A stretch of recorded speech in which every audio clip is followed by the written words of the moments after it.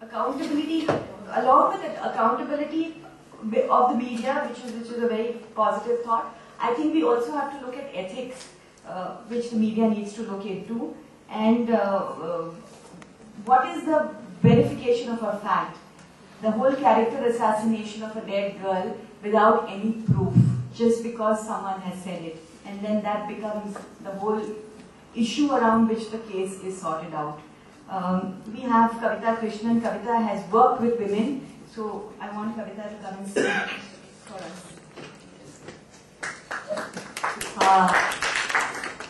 कहने के लिए तो बहुत सारी चीजें हैं, मैं कोशिश करूंगी कि कुछ बातों पर ही जोर दूं। इस मामले में जब से ये मामला हुआ है तब से मैंने बहुत कोशिश की थी कि तथ्यों को जाना जाए, क्योंकि इतना भयानक मर्डर था एक छोटी बच्ची का और एक डोमेस्टिक वर्कर का। तो शुरू से ही मुझे अभी भी याद है कि जब वो यूपी पुलिस के जो प्रेस कॉन्फ्रेंस देखते हुए कैसा महसूस हुआ था, और जिसमें वो बता रहे थे बड़े ग्राफिक तरीके से कि एक तरह से वो चित्र बना रहे थे शब्दों से, एक ऐसा चित्र जिससे वो चाहते थे कि हमारे मन में उस बच्ची और जो मृत हेमराज थे उनके बारे में हमारे मन में कई तरह के अश्लील चित्र बने। वो चित्र जो कि हम चाहते हुए भी, हो सकता है हम हमारे डीपेस्ट माइंड में हम नहीं एडमिट करना चाहें, लेकिन ऐसे चित्र जो कि एकदम मतलब सॉफ्ट पोर्नोग्राफिक जो इमेजरी है वो बन पाए। और मैंने ये देखा है इतने सारे रेप के मामलों में। देखिए, मीडिया का लोग समझते हैं आजकल, खास करके पिछले एक साल में, कि न्याय का रास्ता मीडिया के टीवी चैनल से जाता है। ऐसा नहीं होता है, बिल्कुल नहीं होता है। आप में से जो लोग मुझे पहचानते हैं टीवी के पर्दों से, मैं आपको भी बताना चाहती हूँ कि मैं जितने समय से काम करती हूँ, पिछले एक साल में जरूर कुछ मौका मिला है जिसमें महिलाओं के बारे में कुछ कहने का टीवी के पर्दों से जब मौका मिला है तो मैं जरूर गई हूँ। लेकिन मैं हमेशा जानती हूँ कि it's a double edged sword. The media does not normally behave fairly with women at all. The media is not a just place for women at all. The road to justice for women doesn't come through the media. Largely, in the vast majority of cases, we are contending with a very hostile media for justice for women. And even in recent rape cases, even if you remember the case in which Tejpal is accused, उसमें भी मैंने एक media channel को देखा था जिसमें ऐसी तरह के चित्र, मतलब लिटरली चित्र बना करके दिखाए थे, जिसमें वो चाहते थे कि आपके माइंड में कुछ खास तरह की इमेजेस बैठे, और वो तथाकथित लड़की के लिए न्याय के नाम पर उड़ा।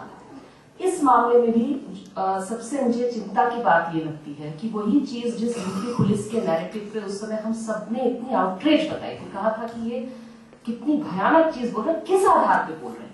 वो तो मर्डर के कुछ ही दिनों बाद बोल रहे थे, जब उन्होंने तो दूसरी डेड बॉडी तक नहीं खोजी थी, फिंगरप्रिंट्स नहीं सेफगार्ड किया था, कुछ नहीं किया था, लेकिन कुछ ही दिनों के अंदर उनको पता लग गया कि ऐसा हुआ था, जैसे वो आंखों देखे गवाह बता रहे थे।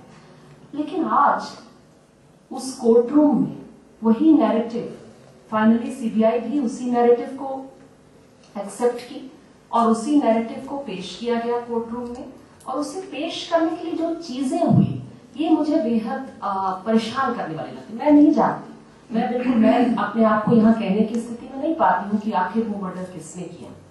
मैं नहीं जानती। मैं ये भी नहीं जानती कि क्या पेरेंट्स वाकई में निर्दोष है कि नहीं, मैं बिल्कुल नहीं जानती। लेकिन मैं ये जरूर जानती हूँ कि if we are talking about accountability of institutions, I've seen this in so many other cases as well, which I'll briefly talk about later. लेकिन I think the accountability is about the fact that different separate institutions should not be obedient to the investigators. Your doctors cannot be obedient to the investigators. The media should not be obedient stenographers for the investigators. उनका काम independent होना चाहिए, तब जाकर के हम कोई accountability की स्ट्रक्चर बना सकते हैं जहां हम एक दूसरे अलग अलग संस्थाएं, हर संस्था पर निगाह रख सके, उसको अकाउंटेबल रख सके, उसको बांध सके। ये ऐसा आमतौर पे होता नहीं है, खास करके मैं बाद में ऐसे केसेस पर आऊंगी। लेकिन इस केस में क्या हुआ, इस केस में जो मुझे सबसे परेशान करने वाली बात जो लगती है, मुझे लगती है वो बात जिसमें जिन डॉक्टर्स ने पोस्टमार्टम इन्वेस्टिगेशन उस बच्चे की वो डॉक्टर्स वही डॉक्टर्स वही डॉक्टर वो बाद में अपना वो उस समय कहते हैं कि हमें तो कोई एबनॉर्मेलिटी डिटेक्ट नहीं हुई उसके गुप्तांगों में, उसमें कुछ भी ऐसा पता नहीं लगा।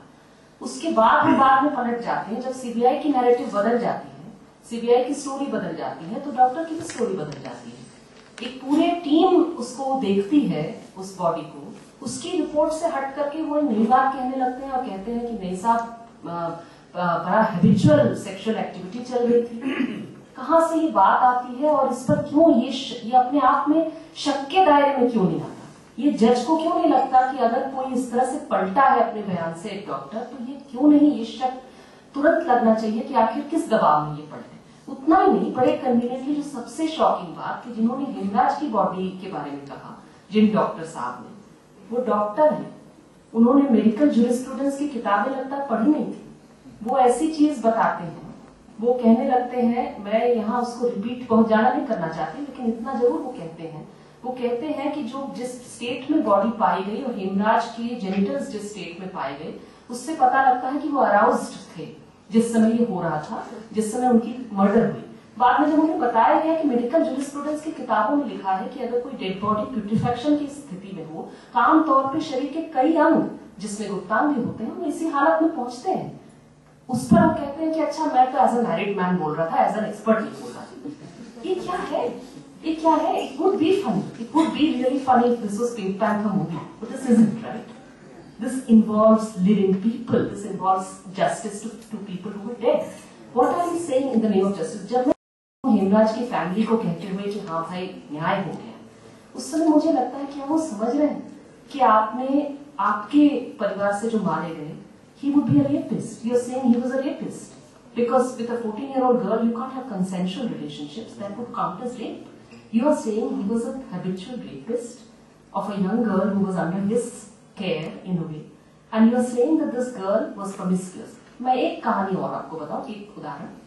मैं एक बार एक टीवी स्टूडियो में जब इस बारे में जब न्यूज आ रहा था, मैं किसी और मामले में वहां गई हुई थी, तो वहां पर जो मेरे साथ जो गेस्ट कोऑर्डिनेटर थे वो बैठ करके बात कर रहे थे। उन्होंने बताया कि अरे हमने इतना कुछ किया इसमें न्याय के लिए, आरुषि के क्लासमेट्स को बिठाया, आरुषि के क्लासमेट्स को हमने देखा, उन्होंने क्या सेलिब्रेट किया वगैरह वगैरह कुछ बताया। उसके बाद वो मुझे बताने लगे, उनके चेहरे में जो एक्सप्रेशन था वो मुझे अभी भी याद है। बड़े अजीब टाइप के एक्सप्रेशन से कहने लगे, लेकिन वो जो क्लासमेट्स है वो भी अजीब है, उसमें से तो कोई स्मोक करते हैं, उसमें उनके कैरेक्टर के बारे में, उनके आपसी इंटरेक्शन के बारे में, young girls and boys, but he was talking as though their character, okay, and that was saying something. So it wasn't just about Arushi's character now. It was about that entire generation. It was as to say, with this generation of young people, who knows what they might do, that she could have a raging affair with a man in the household. I am not one of those. मैं इतने सारे cases को देखी हूँ जिसमें parents ने बच्चों को मारा है। सही बात है, बिल्कुल सही बात है, हाँ मारा है। लेकिन मैं मानती हूँ कि this case doesn't ring true in that respect, क्योंकि जिस तरह की नैरेटिव आई है पुलिस की तरफ से, उसकी वजह से, मैं पेरेंट्स की तरफ से जो नैरेटिव आ रही है, फैमिली की तरफ से जो नैरेटिव आ रही है, उसकी वजह से मैं कहीं नहीं रही। मुझे सबसे सस्पिशियस लगता है कि जो नैरेटिव हमको सीबीआई की तरफ से और पुलिस की तरफ से मिला है वो, और जिस तरह से उसके लिए सजाया गया है चीजों को, सबसे और एक बात, जो फॉरेंसिक इन्वेस्टिगेशन है, इससे मुझे बेहद चिंता होती है, खास करके जब लोग कहते हैं कि अच्छा डीएनए की हम वो बनाएंगे, बैंक बनाएंगे, लाइब्रेरी बनाएंगे। डीएनए को सेफगार्ड करने का केस आफ्टर केस में पाया गया है, एक से ज्यादा केसेस हैं, और ये केस तो क्लासिक एग्जांपल है, जहां पर आप कुछ भी करके आप ये कर दे सकते हैं कि डीएनए जांच में तो भाई जो हमने आपकी कोई एक रिपोर्ट है वो अगर आपके स्टोरी के साथ कन्वीनियंट नहीं बैठती तो 2 साल बाद कह दीजिए कि ये तो टाइपोग्राफिकल एरर थी। अभी बेंगलुरु में एक छोटी बच्ची की रेप के मामले में स्ट्रगल चल रहा है। The courts are completely insensitive to the fact that her father is accused of having serially raped her for a long period of time, a little girl of 3 years. But the courts are happily allowing the accused to meet with the child. And what exactly is happening, what he is clinging on to, and this also is another kind of media trial, because the father in this particular case is actually manipulating the media to look good in the media, to make himself out to be the victim. उसमें क्या हुआ है DNA जांच में? DNA जांच में पता लगता है कि ना लड़की की डीएनए मिली ना फादर का डीएनए मिला। इसको मीडिया ने इस रूप में प्रेजेंट किया है कि फादर तो निर्दोष है क्योंकि फादर की डीएनए मिली नहीं, लेकिन मेडिकल रिपोर्ट में बिल्कुल साफ था कि the girl has been subjected, her genitals, especially her anus as well as her vagina are subjected to, it's obviously prolonged rape, a little girl. लेकिन उस केस में किसने रेप किया ये सवाल पूछने के बजाय ये कहा जा रहा है कि फादर को तो क्लीन चिट वो नहीं थे, लड़की की डीएनए क्यों नहीं थी? यानी आपने किसी का डीएनए हो सकता है सब्स्टिट्यूट किया, क्या किया उसमें? ये चीजें बेहद चिंता पैदा करती हैं इस मामले में। एक और आखिरी बात मैं कहूं वो ये कि इस पूरी कहानी से जब से ये घटना हुई, इस पूरे आरुषि मामले में, मैंने पहले भी इस बात को कहा है, मुझे लगता है कि हम लोगों को सचमुच सोचना चाहिए, जो कि प्रताप जी ने भी इस दिशा में इंडिकेट किया, कि इससे हम लोग कल जब अखबार पढ़ेंगे तो हर मीडिया नैरेटिव पे हम लोगों को एक क्वेश्चन मार्क जरूर होना चाहिए। इस मामले में शायद आप में से यहाँ बैठे हुए लोग हो सकता है नजदीक हो, जानते हो, तथ्यों से ज्यादा नजदीक हो, इसलिए आपको लगता है हाँ हमको ये बात सुनने में यहाँ आप लोग ताली बजा रहे हैं। लेकिन मैं अगर ये कहूँ, और मैं माफी चाहती हूँ यहाँ पर इस पैनल के साथ भी, हो सकता है मैं सबके साथ सहमत ना हूँ इस मामले में, देयर हैव बीन ओकेजन्स जहां पर और मामलों में, फॉर इंस्टेंस टेरर केसेस में, we have tried to raise similar questions even in cases where the honorable justices have been involved as well, जहां पर हमने भी सोचा है, हमने भी पाया है as citizens of this country कि सारे तथ्य नहीं आए हैं कि एक कम्युनल नैरेटिव ने या एक खास तरह के कंपल्शन, नेशनल कॉन्शियंस की कंपल्शन, नेशनल कॉन्शियंस क्या है? नेशनल कॉन्शियंस की कंपल्शन से किसी को सजा देना जरूरी हो जाता है, चाहे वो तथ्य मिले चाहे नहीं मिले। यही तो हो रहा है आरुषि के मामले में। मैं इसीलिए यहाँ बोलने आई क्योंकि मुझे लगा कि कई लोगों ने मुझसे कहा कि इसमें थोड़ा ध्यान रखिए क्योंकि ये तो बड़ा पॉपुलर मामला है नहीं, इसमें बोलने की क्या जरूरत है, ये तो कोई पॉलिटिकल मामला नहीं है, ये कोई स्टेट रिप्रेशन का मसला नहीं है, ये क्या है? मैंने ये कहा कि अगर बगल के यहाँ प्रेस क्लब में बगल में आज सोनी सोरी बोल रही है। सोनी सोरी एक छत्तीसगढ़ी महिला है जो एक्यूज्ड है कई सारे, मतलब लॉन्ग लिस्ट ऑफ केसेस नक्सली होने का, उसमें सारे केसेस में उसको अभी बेल मिला है और सुप्रीम कोर्ट ने बेल देते हुए ऑब्जर्व किया कि मोस्ट प्रोबेबली वो एक्विट हो जाएगी केसेस में। वो केसेस क्योंकि इतने फ्लिमजी हैं, लेकिन लोगों के मन में सोनी सोरी और लिंगराज कुडोपी, अगर आप, मैं छत्तीसगढ़ की हूँ, मैं उस राज्य की हूँ, दिल्ली में शायद उसके बारे में थोड़ा सा अलग इंप्रेशन अब तक बन गया। छत्तीसगढ़ में आप बात करिए सोनी सोरी की तो आमतौर पर आपको, क्योंकि वहां की मीडिया ने बिल्कुल कुछ अलाउ नहीं किया, वहां के किसी से भी बात करें तो सोनी सोरी का नाम लेते साथ लोगों के चेहरे पर एक दूसरा भाव आ जाता है और लोग कहते हैं आप तो नक्सली के पक्ष में बोल रहे। इसीलिए मैं ये कहना चाहती हूँ कि आतंकवाद के मामले, नक्सल सो कॉल्ड नक्सल मामले, गरीबों के मामले, इस मामले में the possible victims of the miscarriage of justice might be middle class. But I'm just saying that we need to remember that in the vast majority of the cases, in this kind of case, at least we are sitting here in this room, so many people talking about it. In the vast majority of the cases of miscarriages of justice of this kind, this doesn't happen. This can't happen because the bias is so strong against the person who is at the receiving end that it's impossible to talk about it. So my final point is, just the very last one, I know I've taken time. My final point here is that when we talk about police reform or about the reform of the system, मैं humbly ये कहना चाहूंगी कि मेरा जो मैं police reform से expect करूंगी और सिस्टमिक रिफॉर्म से एक्सपेक्ट करूंगी, वो जो फॉर्मर पुलिस ऑफिसर्स हैं जिन्होंने बनाया है उससे मेरा थोड़ा भिन्न है। मैं ये जरूर चाहती हूँ कि पॉलिटिकल कंट्रोल से पुलिस को मुक्त होना चाहिए, ये बेहद जरूरी है, लेकिन मुझे लगता है कि सबसे ज्यादा हमारे देश के संविधान के तहत पुलिस काम करेगी कि नहीं करेगी, महिलाओं के मामले में महिलाओं के प्रति उसके क्या नजरिया है। This should be a qualifying thing for whether you become a police officer और not. What is your, do you meet the constitutional standards for your attitudes towards women, towards Dalits, towards oppressed castes, towards minorities? What is your understanding on all of this?